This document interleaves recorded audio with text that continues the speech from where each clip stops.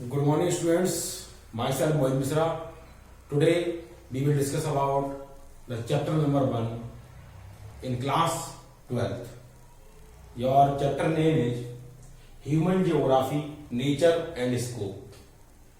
बच्चों, आज हम लोग पढ़ेंगे ह्यूमन ज्योग्राफी के बारे में, उसके नेचर के बारे में और उसमें क्या क्या स्कोप है उसके बारे में स्टडी करते हैं। तो उसको जानने से पहले हम देख लेते हैं कि ज्योग्राफी है क्या। ज्योग्राफी हमारी है स्टडी ऑफ अर्थ। अर्थ की स्टडी को क्या कहते हैं बेटा? ज्योग्राफी कहते हैं। ओके, और ज्योग्राफी में ज्योग्राफी को हम दो हिस्सों में कंसीडर कर सकते हैं। एक है आपकी फिजिकल ज्योग्राफी, दूसरी है आपकी ह्यूमन ज्योग्राफी। पहली फिजिकल ज्योग्राफी है, उसके बारे में देख लेते हैं थोड़ा सा। Physical geography is the studies of physical environment. Physical geography क्या बेटा? Study of physical environment. And इसमें हम पढ़ते हैं लैंड के बारे में, वाटर के बारे में, सॉइल के बारे में, वेजिटेशन के बारे में, फ्लोरा और फौना। आई रिपीट, इनमें हम किसमें पढ़ेंगे? Physical geography is the study of physical environment. हमारे आसपास जितना भी फिजिकल एनवायरनमेंट है, चाहे सॉइल के रूप में हो, क्लाइमेट के रूप में हो, फ्लोरा के रूप में हो, फौना के रूप में हो, प्लांट्स, एनिमल्स या फिर सॉइल विद वेजिटेशन है। ओके, ये सभी चीजें जो है वो क्या कहलाती है? हमारी फिजिकल ज्योग्राफी में आ जाती हैं। दूसरा आ जाता है हमारा ह्यूमन ज्योग्राफी। ह्यूमन ज्योग्राफी क्या बेटा? Human geography is the study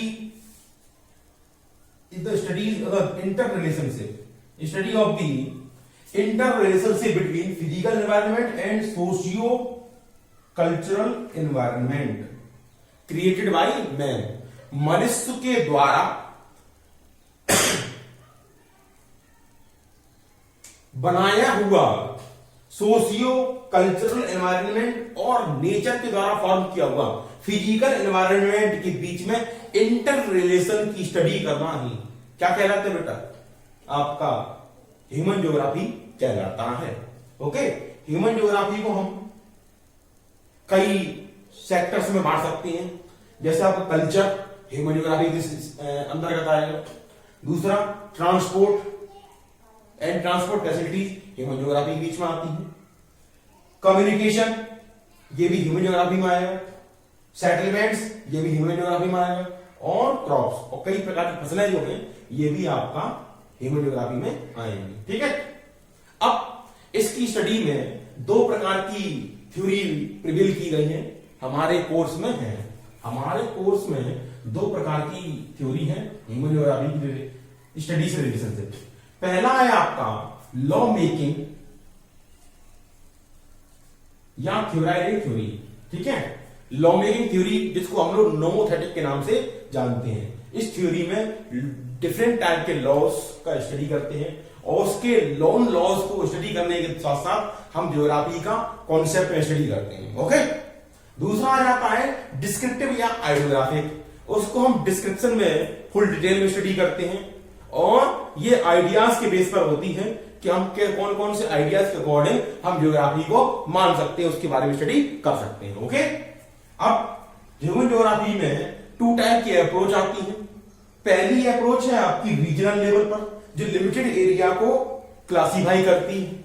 okay, कि रीजनल ज्योग्राफी में हम पढ़ेंगे कि इस प्रकार की ज्योग्राफी जिसमें किसी पर्टिकुलर प्लेस की, किसी लोकेलिटी की, किसी पार्क की, नेशनल पार्क, जियोलॉजिकल पार्क या फिर किसी पर्टिकुलर सिटी की, यानी कि छोटे एरिया की अगर स्टडी करेंगे ज्योग्राफिकल कॉन्सेप्ट के अकॉर्डिंग और रीजनल वैल्यूज को और रीजनल ट्रेड, कल्चर, उसकी ट्रांजिशन स्टेज, इन सारी चीजों को लेकर हम स्टडी करेंगे तो ये सारी क्या कहलाते बेटा? ये आपकी कहलाएगी आपकी रीजनल ज्योग्राफी। दूसरा सिस्टमेटिक स्टडी कहते हैं। इसमें values of international major and define को स्टडी करते हैं। इसका मीन्स ये हुआ कि ज्योग्राफी की सिस्टमेटिक स्टडी में हम इंटरनेशनल मेजरमेंट को ध्यान में रखते हुए एक इंटरनेशनल कॉन्सेप्ट बनाते हुए इसकी स्टडी करते हैं जो all over the world applicable होती है। रीजनल ज्योग्राफी में जो हम स्टडी करेंगे वो आपके एक रीजन बेसिस को ध्यान में रखते हुए स्टडी की जाएगी और उसके जो डेटा बनेगा, ग्राफ बनेगा या फिर चार्ट वगैरह बनेगा, वो सभी उस रीजनल अप्रोच को बताएगा और सिस्टमेटिक में आपके इंटरनेशनल कॉन्सेप्ट बताएगा और ये ऑल ओवर द वर्ल्ड सभी पे एप्लीकेबल होगा। ओके स्टूडेंट्स,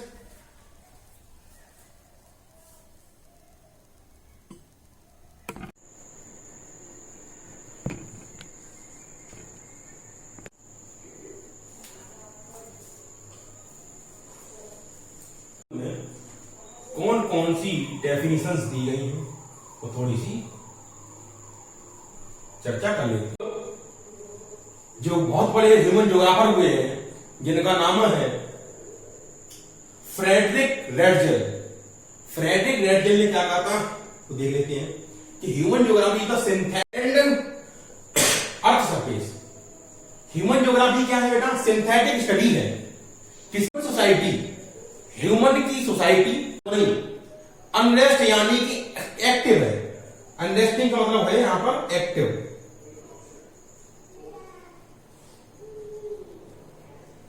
ठीक है, और अर्थ कैसी है? चेंजेबल अर्थ है।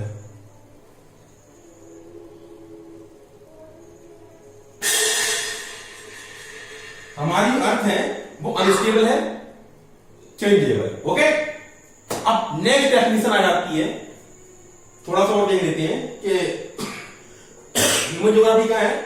Is the study of changing relationship between unresting man and unstable earth. Unresting man और अनस्टेबल अर्थ की जो स्टडी है इंटररिलेशनशिप की, वही हमारी क्या कहलाएगी? Human geography. ओके, नेक्स्ट आ जाता है Paul Vidal de la blush.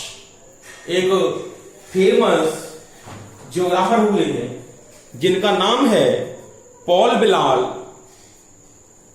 D la blush.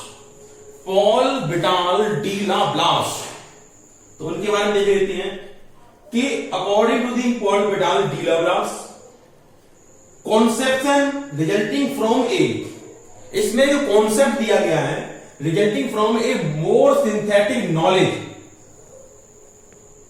of the physical law governing our earth and the relationship between living being which inhabit it। मनुष्य जो इस पृथ्वी पर रहता है, निवास करता है, इनहेबिट करता है, ओके, और फिजिकल लॉज जो उस पूरे अर्थ